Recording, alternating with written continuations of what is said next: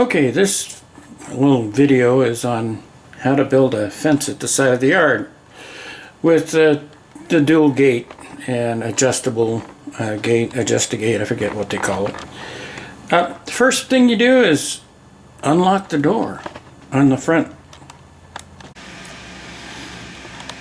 Okay, the next thing you do is you go get yourself a table saw if you don't have one. I don't care if you think they're too expensive, but if you're going to build this fence, you want a table saw. And those two power cords got to be rated for 15 amps.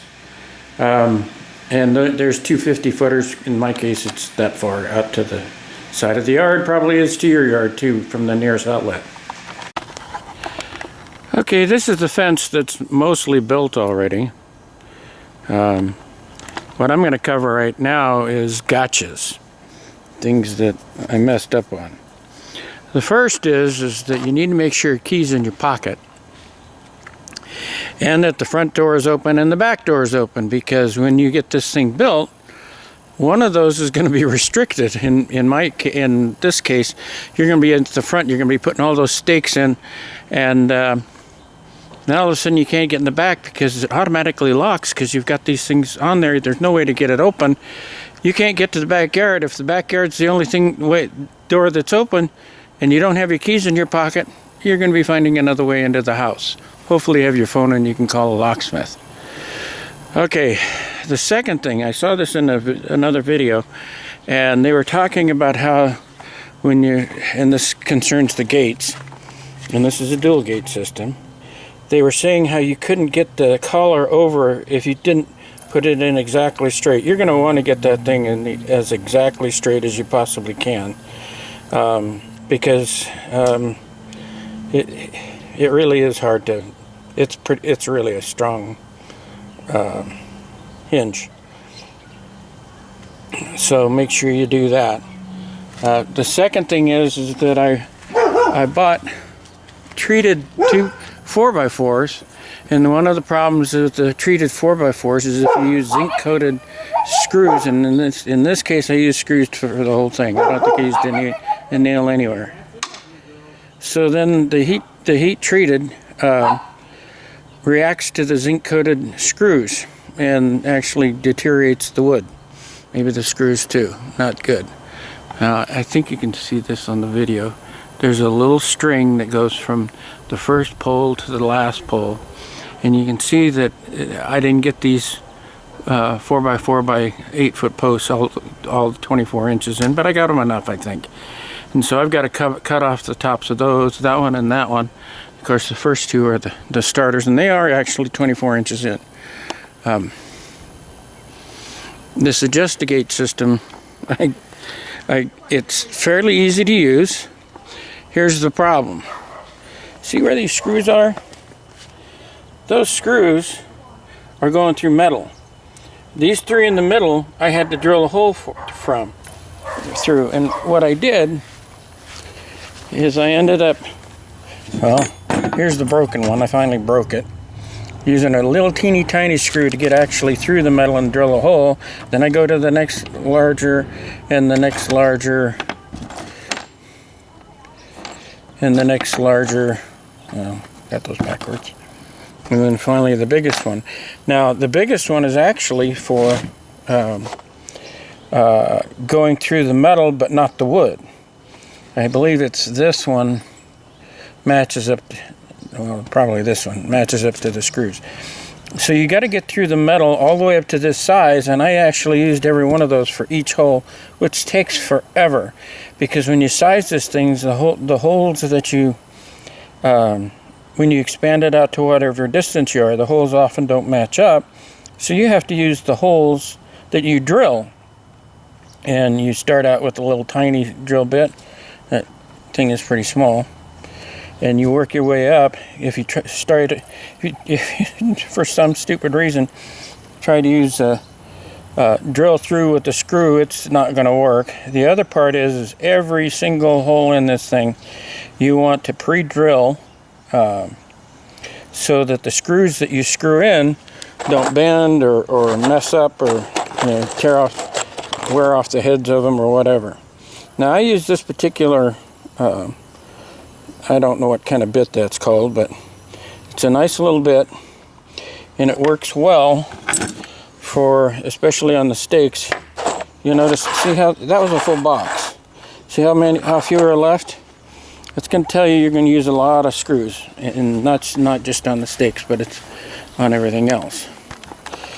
The door itself kind of went together pretty well, but if you're going to do a dual door, there's a couple of things.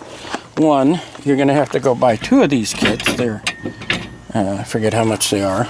Maybe I can put that in afterwards.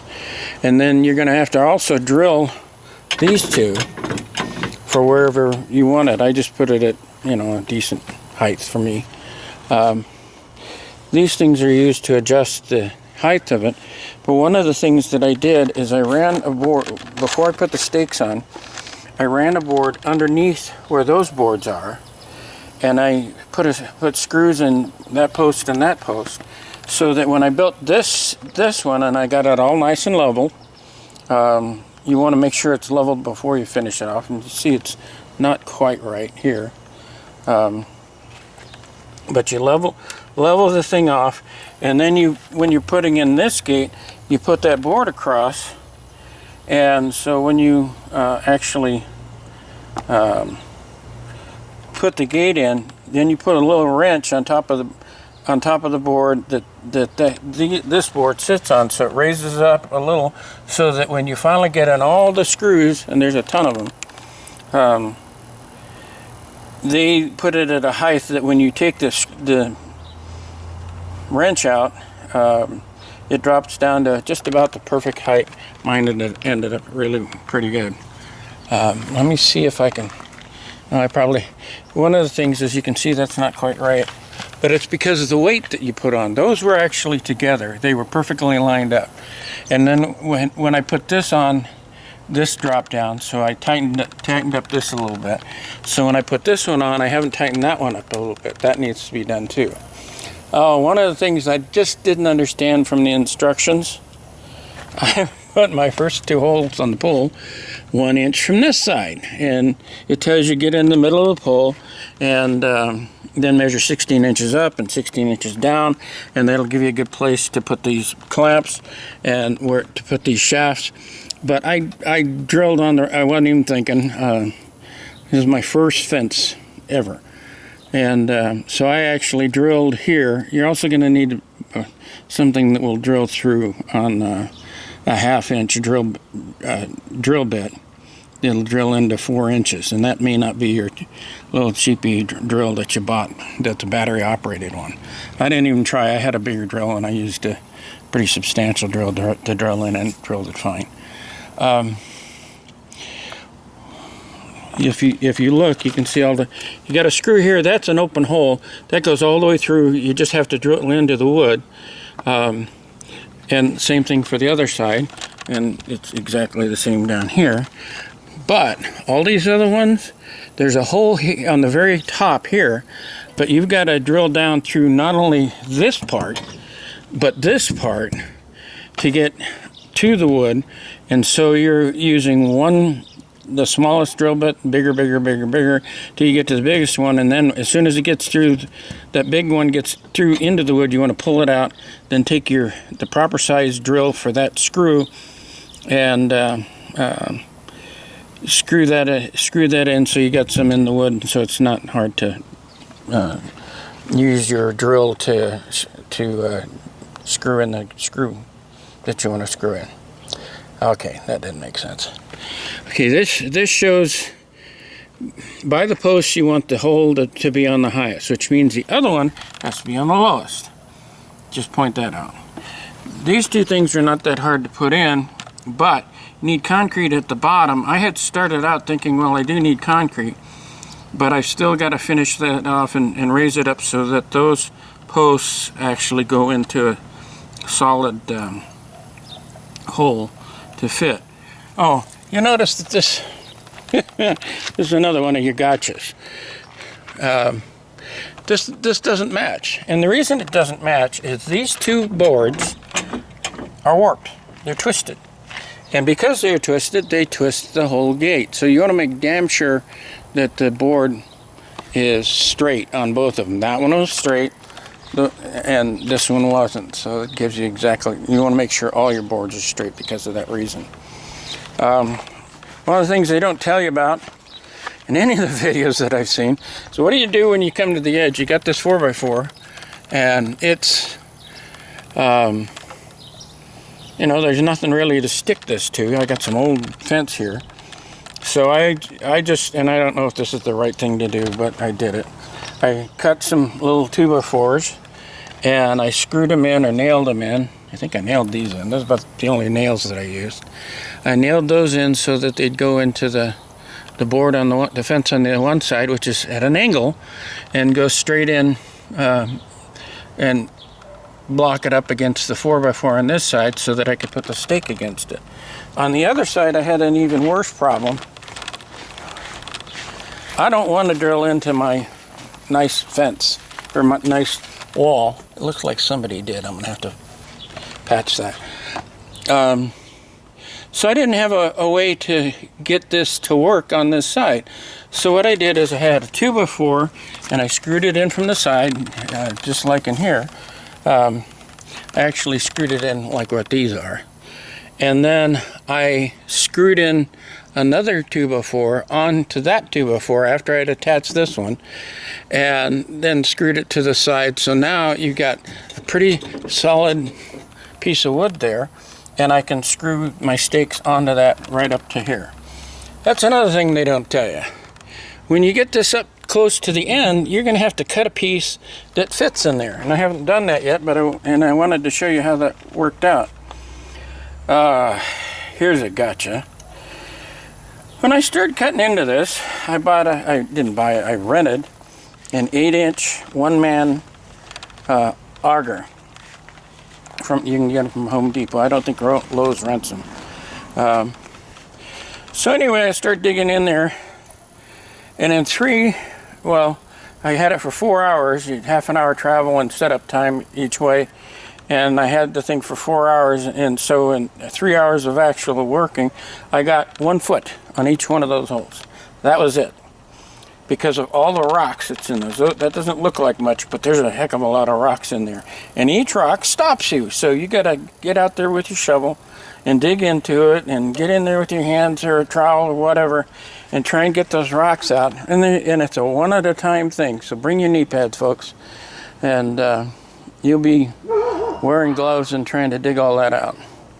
So I went and bought, it was on sale at Harbor Freight, I bought a 6-inch auger, and that seemed to work pretty well.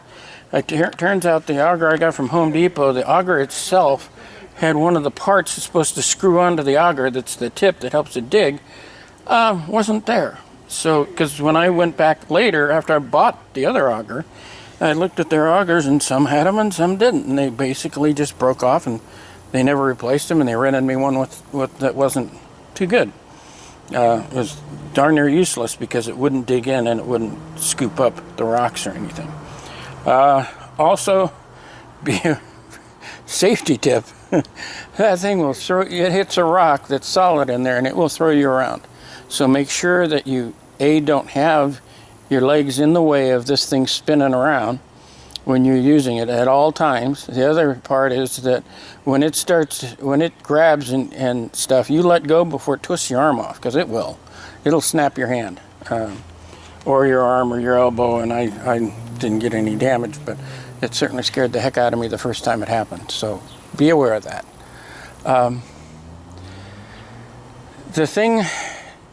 Those 4 holes took me like a week. I'm 66 years old and I can't be out here 8 hours a day, so we're talking maybe 3 hours at the most of doing that kind of stuff.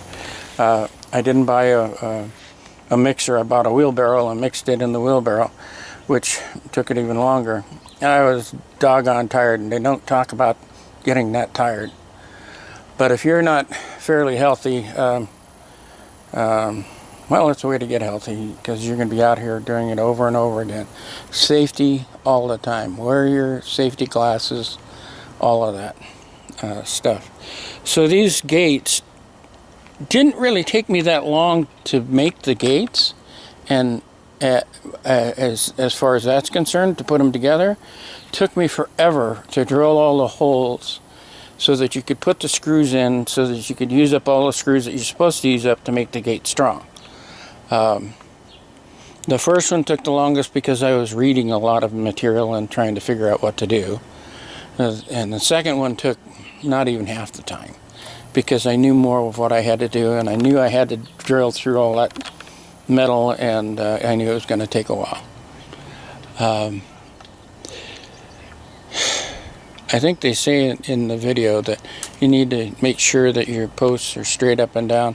That is super critical, because especially if the posts that hold the gate are not straight up and down, if they're not, straight up and down both ways, what's going to happen is the gate won't be straight up and down both ways. Now, you can adjust the gate somewhat, but you're supposed to have like an inch between the post and the gate, post and the gate.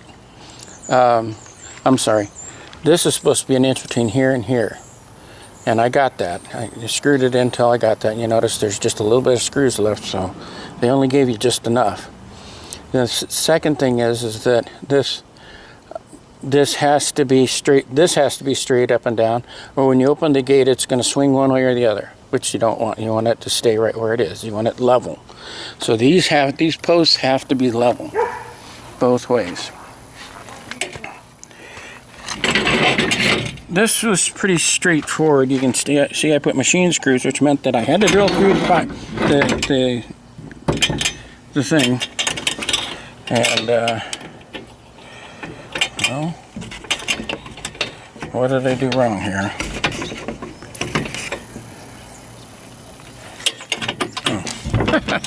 You got to open the gate.